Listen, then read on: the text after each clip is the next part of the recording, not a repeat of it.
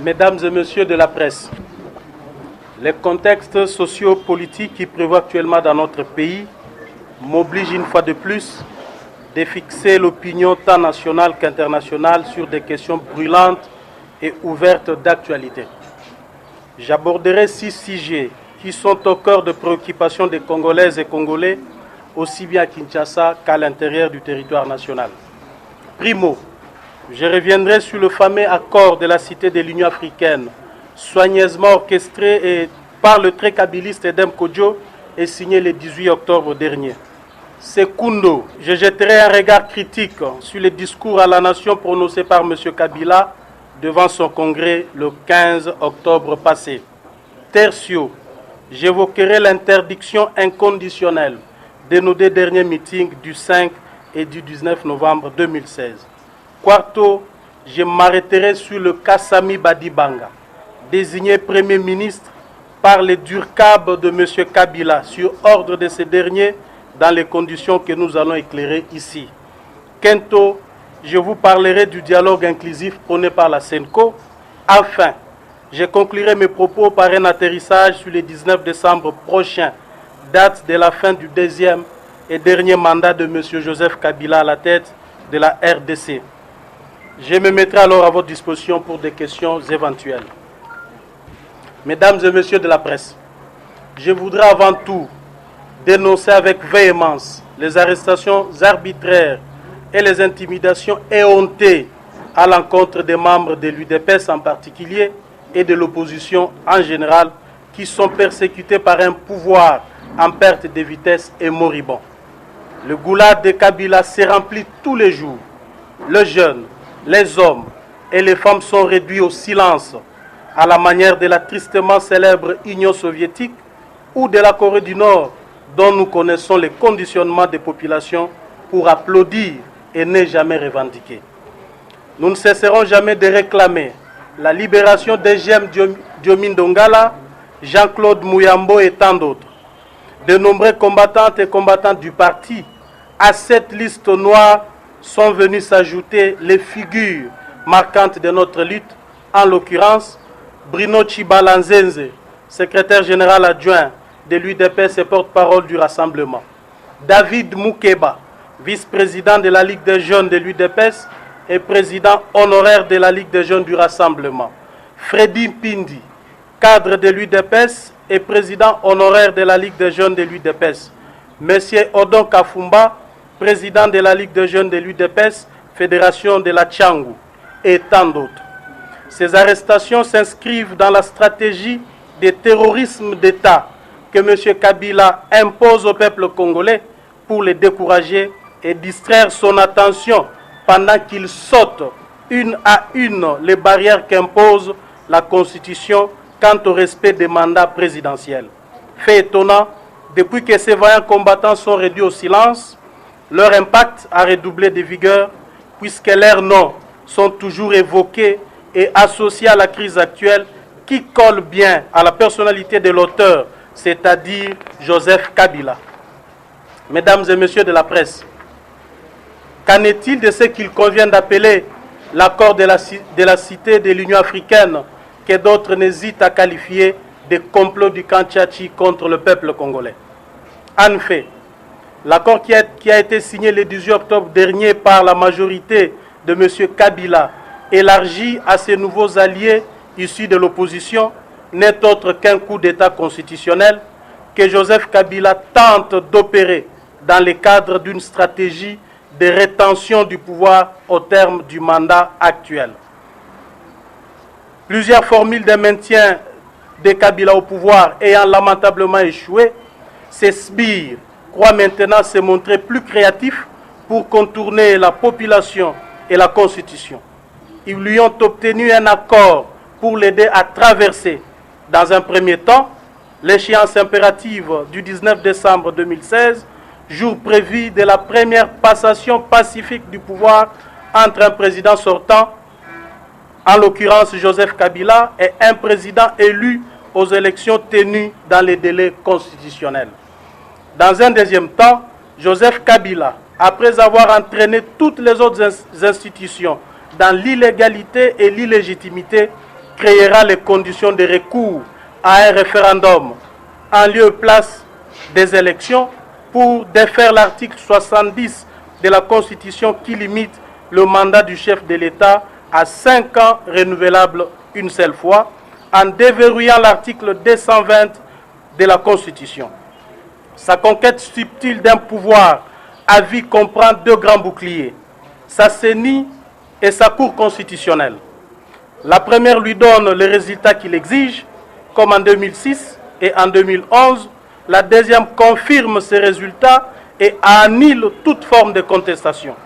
Ce sera ainsi d'élection en élection. La recherche des mandats à l'infini ou la présidence à vie, telle est la velléité de M. Kabila qui se confond ici avec le maréchal Mobutu. En bref, notre pays court le risque d'être pris en otage par M. Kabila et son groupe si les Congolaises et les Congolais ne prennent pas leur destin en main dès ces jours. Voici les signes qui ne trompent pas. L'extrait de l'article 5 de l'accord signé le 18 octobre. Je lis in extenso. Dès la convocation des scrutins de la CENI est chargée de préparer et d'organiser les élections du président de la République, des députés nationaux et provinciaux dans un délai de 6 mois.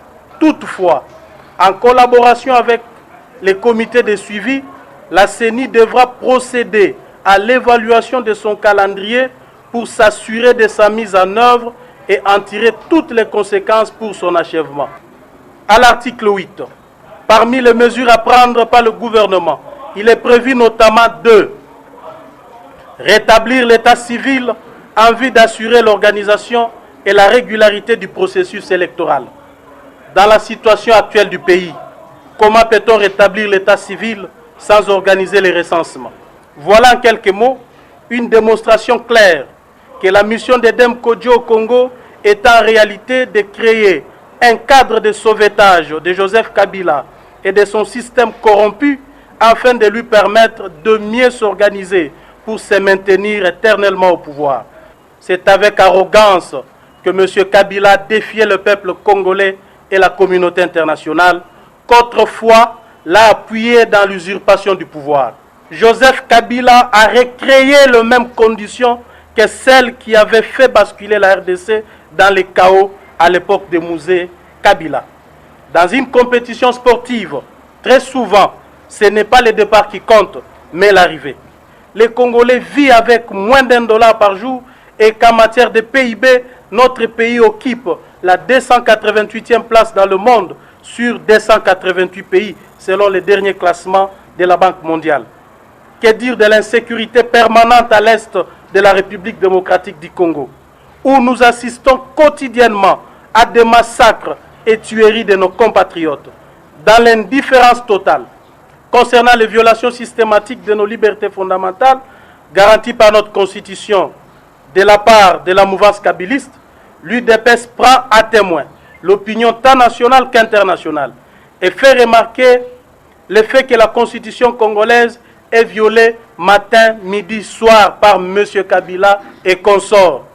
La décision d'interdire toute manifestation à caractère politique, prise récemment par le gouverneur du Katanga et par le gouverneur de la ville-province de Kinshasa, est à la fois anachronique, anticonstitutionnelle et un non-sens.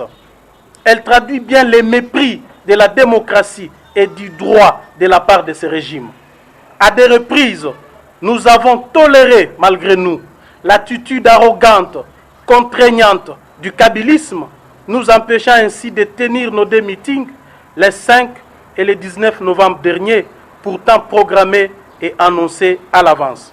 Nous avons voulu préserver la paix civile en République démocratique du Congo pour accorder la chance qu'il faut à la médiation que mène la CENCO. Toutefois, nous exigeons le retrait sans délai et sans condition des policiers lourdement armés en faction devant la permanence de l'UDPS à Kinshasa-Lumete. L'accès à la permanence de notre parti est devenu ainsi périleuse par de multiples tracasseries vexatoires envers nos combattants et les passants de la part de ces policiers. L'UDPS reste fidèle au principe de la démocratie et du respect des droits et des libertés fondamentaux de l'homme. L'UDPS réaffirme son attachement au principe de la non-violence, de la tolérance et du dialogue. C'est pourquoi nous souscrivons en connaissance de cause à la démarche de la SENCO pour un dialogue inclusif et constructif, conformément à la résolution 2277 du Conseil de sécurité des Nations Unies et au respect de la Constitution congolaise. Le cas Sami Badi Banga a fait couler beaucoup d'encre. De manière informelle, nous avons déjà eu l'occasion d'éclairer l'opinion sur les liens entre sa nomination et l'UDPS. La nomination de M. Sami Badi Banga comme Premier ministre de Kabila est un non-événement pour nous et reste un fait divers. C'est une nomination qui a l'odeur de l'imposture au sommet de l'État pour créer la confusion, l'amalgame et déporter un discrédit sur l'opposition. Certes, M. Sami Badi Banga a été peu avant les élections de 2011 conseiller spécial du président Etienne Tshisekedi Wamulumba. Il est aussi vrai qu'à ces mêmes élections, il a été élu député national du Moamba sur la liste de l'UDPS, derrière le président Tshisekedi. Mais au vu de la fraude qui avait privé ces derniers de sa victoire au profit de Joseph Kabila, grand perdant, le président Tshisekedi avait demandé à tous les députés élus sous la bannière UDPS de ne pas siéger au Parlement, où plusieurs soi-disant députés étaient propulsés par la fraude et le faveur de la CENI, piloté à l'époque par Ngoï Mulunda. Sami Badi Banga était parmi la trentaine des élus UDPS qui avaient choisi d'ignorer le mot d'ordre du président pour aller donner des béquilles politiques à Kabila et ainsi crédibiliser la fraude électorale très préjudiciable à l'UDPS et au peuple congolais. Depuis 2012, Sami Badi Banga et ses collègues se sont auto-exclus du parti, auquel ils ne rendent pas compte de leurs activités et ne payent pas leurs cotisations mensuelles des membres réguliers. J'ai conclu mon exposé par la question de savoir qu'arrivera-t-il le 19 décembre prochain, date constitutionnelle de la fin du deuxième et dernier mandat de Joseph Kabila. Deux hypothèses pointent à l'horizon. La première est le respect de la Constitution dans toutes ses dispositions, comme l'a dit Kabila lui-même lors de son discours à la nation le 15 novembre dernier, de quitter le pouvoir le 19 décembre à 23h59. Il déclenchera dès lors une résistance tout azimut à travers le pays et dans toute la diaspora en application de l'article 64 de notre Constitution.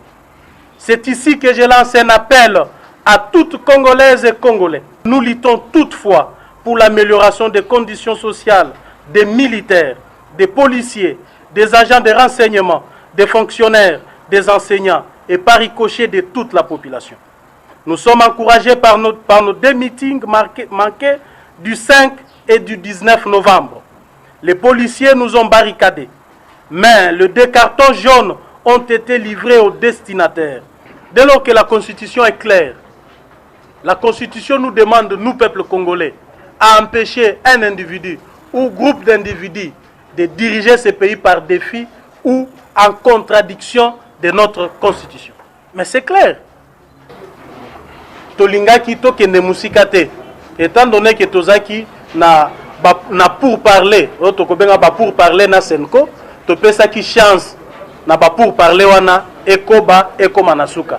Dans l'entretemps, to prendre à témoin communauté tant nationale qu'internationale que pouvoir ya Kabila ezali pouvoir et toni na ba répression, ezali ko violer les droits de l'homme, ezali ko respecter pas ba liberté ya batouté. C'est pas pour dire que bino bomoni ke ndenge bampesha ki meeting na biso et si le rassemblement et kwei eza suna makasi te eza ndenge wana te ndango tolobi toke na nzela dialogue. Mais Senko azali soutenu na communauté internationale nyonso ye chibanda soki aboyi. Mais étant donné que le peuple congolais a besoin d'un accord et qu'on respecte la Constitution, ça l'engage que lui, nous pensons que dialogue wana ezali à Mutuya pour te tozo accord ya Malonga, accord et qu'on respecte la Constitution na biso. Quant à ta deuxième question, au lobby batindaki numéro mais on est secrété parce que ambassadeur ya Japon l'air tozaki na rencontre na bango na délégation à conseil de sécurité alobaki ete ndeko Kabila azaki na numéro ya président Tshisekedi azaki koluka mutu nini akoki omemela ye pe numéro na ye au besoin basolola numéro ane yaka mais jusqu'aujourd'hui basolola nanu te oyoki et ya mibale tolakisa na mulongo mobimba que Kabila azali violeur numéro 1 ya constitution na biso matin midi soir ndenge na lobaki yango awa omoni tozosala politique esengeli te ke makambo nyonso totiaka yango na mesa boye mais biso moko toyebaki ke ye akotorize mitingo wana te mais akwei na mutambo na biso bazwi ye loboko na sani ndenge balobaka yango kazali dictateur